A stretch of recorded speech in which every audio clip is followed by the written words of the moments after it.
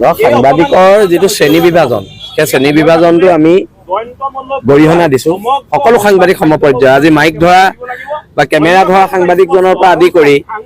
bite ল'বলৈ সাংবাদিকজন পেপাৰত লিখা সাংবাদিকজন প্ৰিণ্ট কৰা মানুহজন সকলো সংবাদ মাধ্যমৰ লগত জড়িত সংবাদ মাধ্যমৰ লগত কেৱল সাংবাদিকে জড়িত নহয় ইয়াৰ লগত বহুতো মানুহ জড়িত হৈ আছে আৰু আমি সকলোকে গণতন্ত্ৰৰ চতুৰ্থ স্তম্ভ বুলি শ্ৰদ্ধা কৰোঁ আৰু সেই কাৰণে এটা কথা স্পষ্ট যে এনেকুৱা ধৰণৰ তৰল কথা বতৰা যোনেই নকওক তাৰ বিৰুদ্ধে প্ৰতিবাদ হ'ব তীব্ৰ গণতান্ত্ৰিক প্ৰতিবাদ হ'ব গণতন্ত্ৰৰ শেষ স্তৰলৈকে প্ৰতিবাদ হ'ব আজি জয়ন্ত মল্লই কৈছে প্ৰতিবাদ হৈছে কাইলৈ বেলেগ এজন কোনোবা ৰাজনৈতিক নেতাই ক'ব প্ৰতিবাদ হ'ব কিন্তু প্ৰতিবাদ হোৱাটো হ'ব আৰু এটা কথা আমি স্পষ্টকে কৈ দিছো যে গণতন্ত্ৰত যিটো শ্ৰেণী বিভাজন অনাৰ চেষ্টা কৰা হৈছে এইটো সংবিধানৰ কাৰণে ভাৰতীয় গণতন্ত্ৰৰ কাৰণে খুব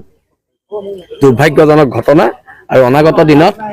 এই ঘটনাবোৰৰ বিৰুদ্ধে প্ৰতিবাদ হ'ব মুখ্যমন্ত্ৰীৰ প্ৰতি কিবা আহ্বান জনাব নেকি নিশ্চয়কৈ মই কৈছো নে কংগ্ৰেছৰ যেতিয়া 15টা টাৰ্ম ইয়াত চৰকাৰ আছিলে শেষৰ টাৰ্মটোত যিখিনি তেওঁলোকৰ উৎপাত হৈছিলে তেওঁলোকৰ নেতা পালি নেতা উৎপাত হৈছিলে